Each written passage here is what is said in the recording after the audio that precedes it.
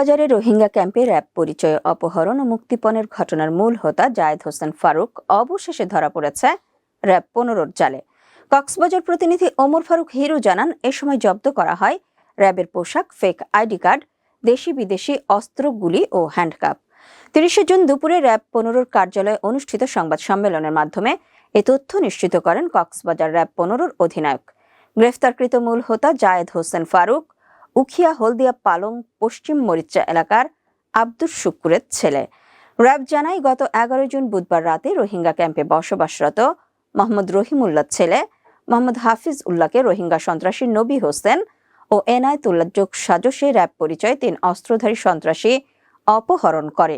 এই 3 সন্ত্রাসী হলেন র্যাব থেকে বরখাস্তকৃত সৈনিক সুমন মুন্সি, ফারুক ও শিকদার। তারা মোহাম্মদ হাফিজ উল্লাহকে নিজ বসতঘর থেকে রঙ্গিখালী গহীন পাহাড়ে নিয়ে যায়। পরে